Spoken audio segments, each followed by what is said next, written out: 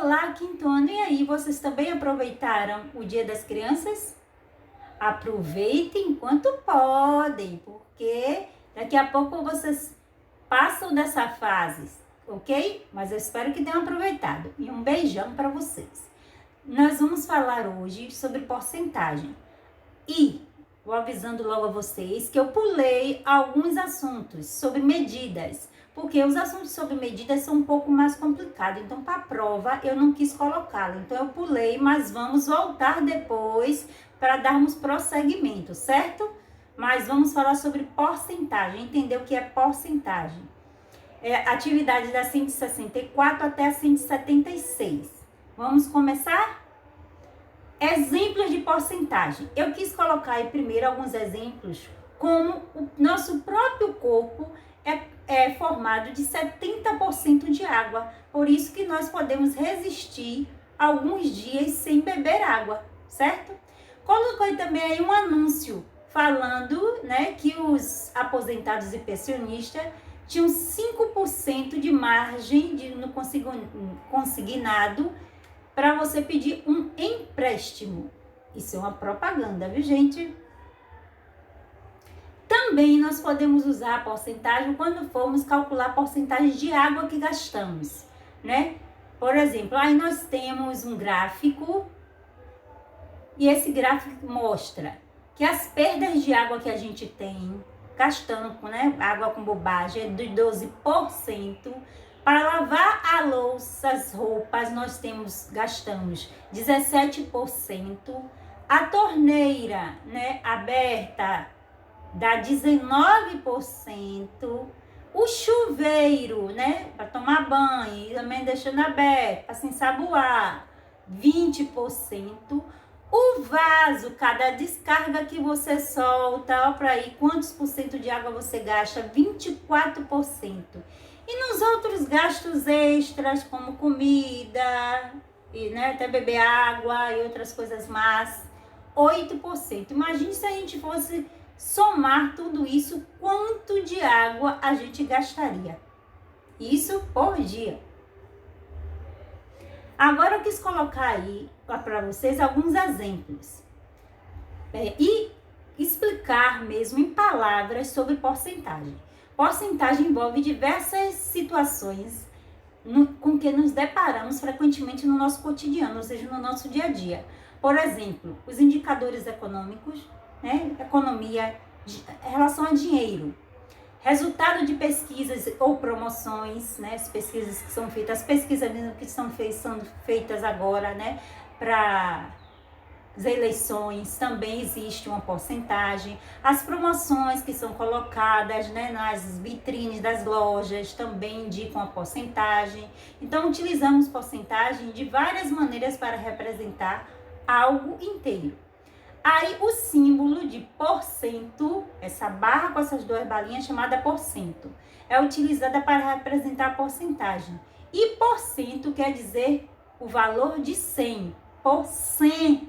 100, por isso que é cento, isso vem da palavra 100. Agora eu coloquei um probleminha para vocês, né, entenderem melhor. Ao passear pelo shopping, Carlinhos viu o anúncio: na compra de qualquer eletrodoméstico, no pagamento à vista tem um desconto de 15%. Aí, o exemplo, né? Na loja que Carlinhos viu o anúncio, que a gente acabou de ler, se compramos um aparelho de R$100, obtemos um desconto de R$15, pois o valor correspondente a 15% de 100. Então, eu botei 15%, né, de 100 é igual a R$15. Como foi que eu fiz a conta? Eu apenas cortei os dois zeros, tanto do 100 como do valor de 100, que era o valor do aparelho, e multipliquei depois 15 vezes 1, que deu 15. Super fácil, gente. Agora eu coloquei alguns exemplos por escrito sobre porcentagem. O aumento da gasolina envolve porcentagem. Os 10% de desconto da gorjeta do garçom envolve porcentagem. Aí também botei que é difícil a gente resistir à compra numa promoção, né? Numa placa que está escrita numa loja, né? que tem loja que bota de 30%, 40%, 50%. Se for calcular também o time de futebol, a classificação no campeonato, também envolve porcentagem. Se for calcular imposto de renda, qualquer outro tipo de imposto, até na nossa água, no recibo de nossa água, tem a porcentagem que a gente gasta. Na tela de luz também. E se a gasolina vai aumentar, envolve porcentagem. Se vai diminuir, envolve porcentagem. Quando vamos ao restaurante, calculamos a parte que o garçom tem que ganhar de gorjeta. Se é R$50 a conta que deu, que você gastou, 50%, com menos os R$10, menos os 10% do garçom, você tem que dar a ele R$5. Então, a conta, na verdade, passa a ser R$55. 50 da conta e R$5 do garçom. Agora, eu coloquei aí alguns exemplos. 3%, olha, 3% em fração. Porcentagem, fração e número decimal. Eu quis dar os 3 exemplos. No número decimal é 0,03. Lembra que a gente aprendeu que por 100 a gente tem que colocar sempre 2 números depois da vírgula? 30%. 30% é 0,30. 2 números depois da vírgula. 300%.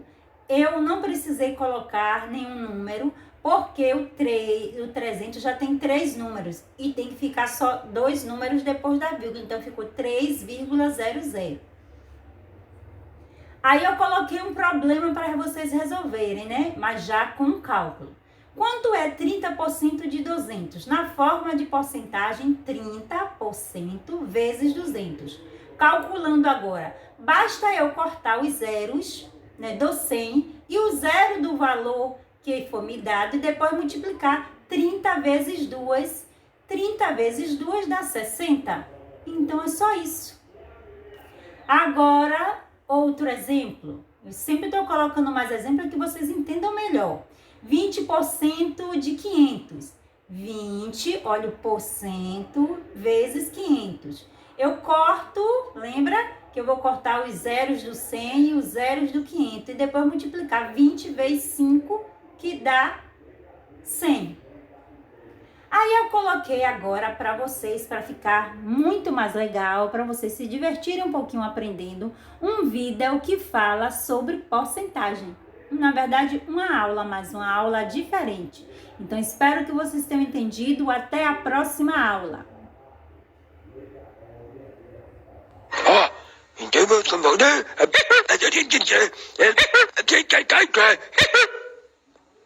Olá, pessoal. Oi, professora. Vocês já ouviram falar em porcentagem? Ah, sim. Eu vejo o tempo todo nos jornais, na TV, no mercado, nas lojas, em todo lugar. É mesmo. Os produtos com 10% de desconto, o salário que subiu 5%. Mas o que isso quer dizer, professora? 5% quer dizer 5 por 100, ou 5 em cada 100, ou 5 sobre 100. Vamos dar um exemplo prático. Se eu comprar uma coisa que custa R$100 e tiver 5% de desconto, significa que eu vou ter R$5 de desconto. Deixa eu ver se eu entendi. Então, se, por exemplo, 75% dos ingressos para um show já foram vendidos, isso quer dizer que a cada 100, 75 foram vendidos, certo? Isso mesmo. Alguém pode me dar outro exemplo? Eu vi um programa na TV dizendo que 97% das casas no Brasil tinham televisão. Então, de cada 100 casas, 97 tem TV. Exatamente, muito bem, Lipe. Então vamos fazer assim. Para a próxima aula, eu quero que vocês façam uma pesquisa sobre o preço dos ingredientes de... Um omelete. Eu adoro omelete, professor. Ok, Cauã. Vocês vão fazer a pesquisa, então, sobre os preços dos ingredientes de um omelete. Legal. E que não podia ser uma macarrão.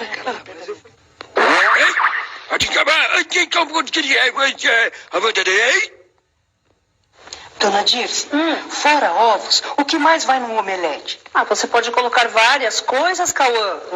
Cada um tem a combinação preferida. Como pizza, cada um gosta de um sabor. E no seu omelete, Dona Dirce? A gente gosta de tudo que você prepara. Conta a receita do seu omelete pra gente ter como modelo. Daí, quem sabe, a gente pode acrescentar mais coisas ainda. Tá bom. A minha receita preferida é o que eu chamo de omelete da mama. Pode falar que eu anoto, Dona Dirce. Tá bom. Então anota aí.